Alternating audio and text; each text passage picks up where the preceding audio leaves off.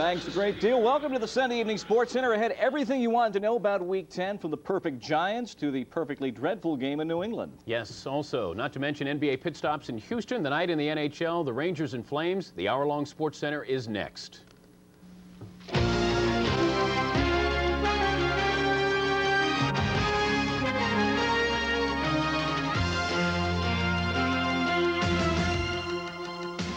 Coming up on the show, he's got it made in the shades. Bo Jackson is our Sunday evening conversation. No one is happy when the Giants come to town. L.A. played the part of sacrificial lambs on Sunday. This buck didn't stop here. Unfortunately for the rest of his team, they came down to earth as well. The Cards were gone with the wins in Buffalo, as the Bills make it 7 in a row. Andre Ware made his first professional start. Guess you know how it turned out. The Patriots hosted the Colts. Would you admit you went to the game? His team is stingy, but Bob Knight will give you the sweater off his back. Just ask the Russians. The biggest victory in Jim Calvin's coaching career was not a game, but one for his life. And I shaved halfway, and I just cleaned it off. And Phil says, "What do you think?" I said, "It's time to get out of Dodge." College football news, the Irish know where they're going to spend their New Year's. We've got those stories, including Bruce Coslett's opinion of other sports highlight shows, next on SportsCenter.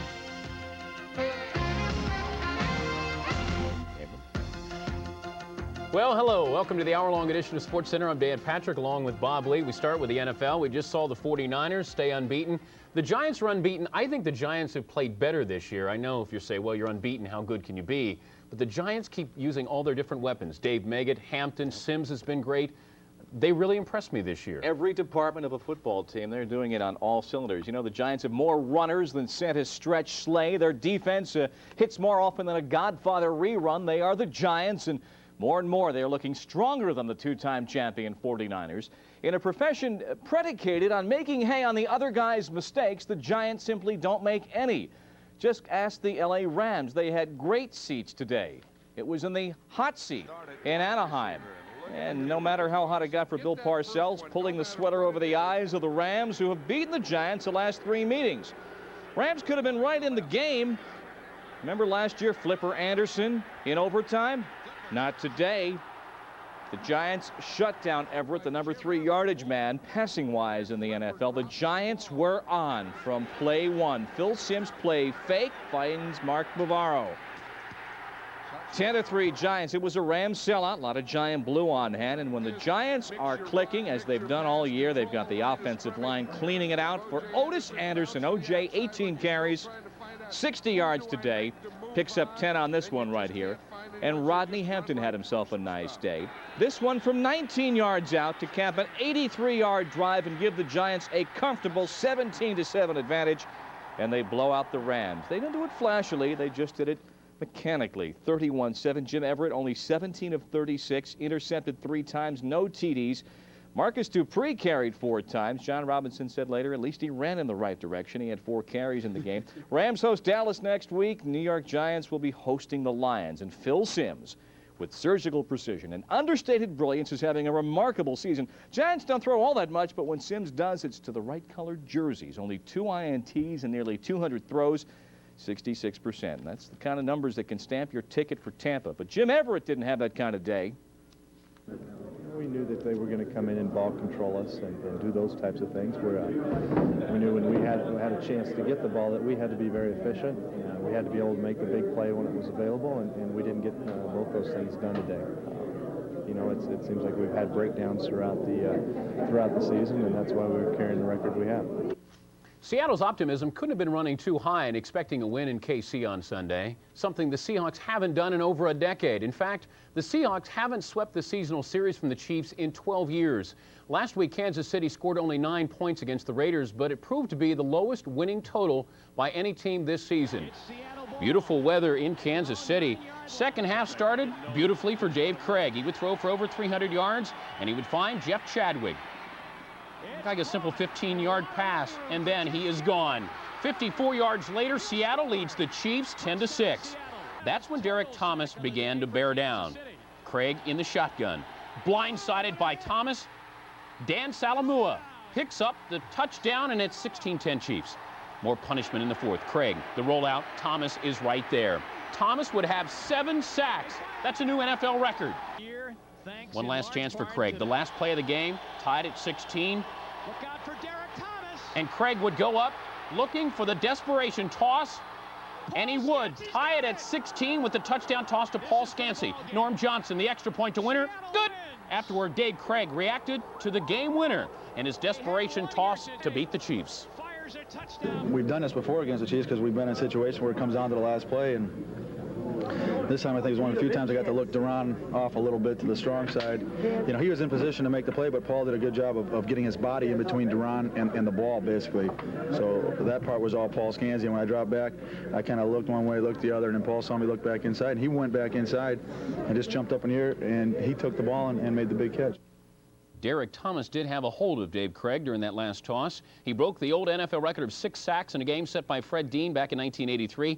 Thomas, on the year, has a total of 15 sacks. Next week, the Chiefs will host the Chargers. The Seahawks will host the Vikings. The Raiders, who lost to the Chiefs last week, hosted the Packers. And Art Shell looking like he's on top of the world. Had to feel good about this. It was 7-3 LA when Jamie Holland takes the kickoff and nearly takes it back the distance. Leroy Butler will catch up with him at the 2-yard line. So Art Shell had a decision. Do you give it to Marcus or do you give it to Bo? Let's give it to Marcus. And he gets in. Point after touchdown was blocked. 13-3 Raiders. Lindy Infante looking for a little magic, and it helps. He's the other magic in town this weekend. Don Mikowski finds the former Ohio State Buckeye Vince Workman. 16-9 Packers. Art Shell, well, his streak at the Coliseum would come to an end because Mikowski's scrambling and finding Perry Kemp with a tremendous over-the-shoulder grab. The Green Bay Packers go out to the coast and beat the Raiders by the final of 29-16. Chris Jackie had 5 field goals. That's a team record. The loss snared Art Shell's 10-game home winning streak. Schrader was sacked 5 times. Mikowski, he's becoming an endangered species with that line. 8 times he went under. Next week, the Raiders are at Miami. The Packers will be in Phoenix. And a reminder that our Sunday night conversations with Raider running back Bo Jackson, among the topics he will discuss, his commercials, his upbringing, and his 2 sports success. Bob? Well, take a couple of coaches known for their verbiage, add some wide receivers and some cornerbacks who've been talking trash at each other all week. And welcome to Chicago. That ain't Atlanta, and that usually means trouble for the homeboy Falcons, who like to play at home but not elsewhere. The Sanders, Rise, and Lemuel Stinson battle all week. Deion had a quiet day. Lemuel Stinson after the game said Deion has no class. Stinson predicted 2 INTs, and he picked off 2 passes today at his cornerback position. Here's Neil Anderson, only had 22 yards today, but he snaps a 3-all tie on the second quarter from 8 yards out and busts it over. The Bears take a 10-3 lead. Jim Harbaugh, perfect timing through to Wendell Davis. 5 catches, 105 yards, a career high.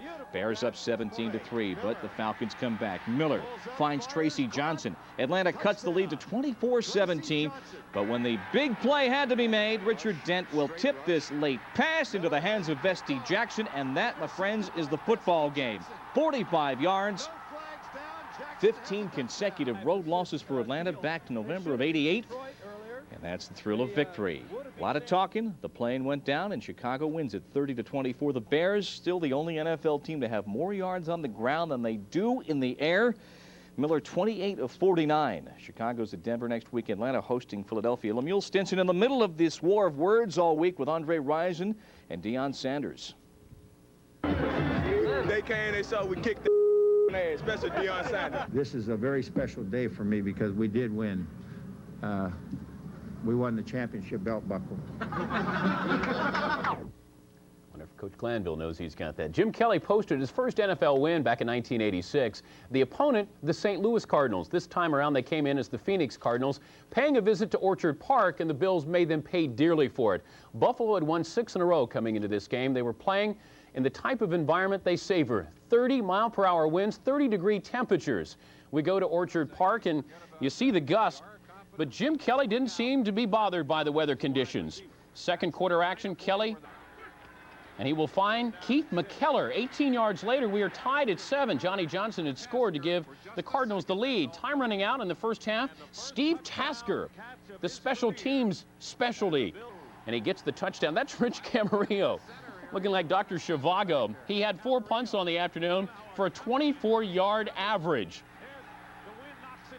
The Bills recover in great field position. Kelly hot all afternoon. The play action fake and looking for Don Beebe and gets it. It was 31-14 Bills. They went on to coast in this one. 45-14. Kelly ended the day. He only threw 16 passes, 11 for 16, had 4 touchdowns, 165 yards. Thurman Thomas goes over 100 yards. Again, next week the Bills will host New England. The Cards will host the Packers. We have more from Week 10 of the NFL coming up in a smidge. A lot of college news tonight. The Fiesta Bowl may be moving out of Arizona, but the University of Virginia still wants nothing to do with it. The Fiesta folks tonight were given NCAA permission to move this January's game to a site without a bowl game. But Virginia said it's going to await a Sugar Bowl bid, an invitation the Cavaliers will almost certainly receive. All of these maneuvers are in the wake of last Tuesday's defeat by Arizona voters of a paid state holiday commemorating Dr. Martin Luther King. Now, the Orange Bowl is set tonight. Notre Dame will accept an invitation for a rematch with Colorado. That'll be New Year's night. The #1 Irish still have to play Penn State and USC, but the Buffs should be moving up from #4 to #2 with losses yesterday by Washington and Houston.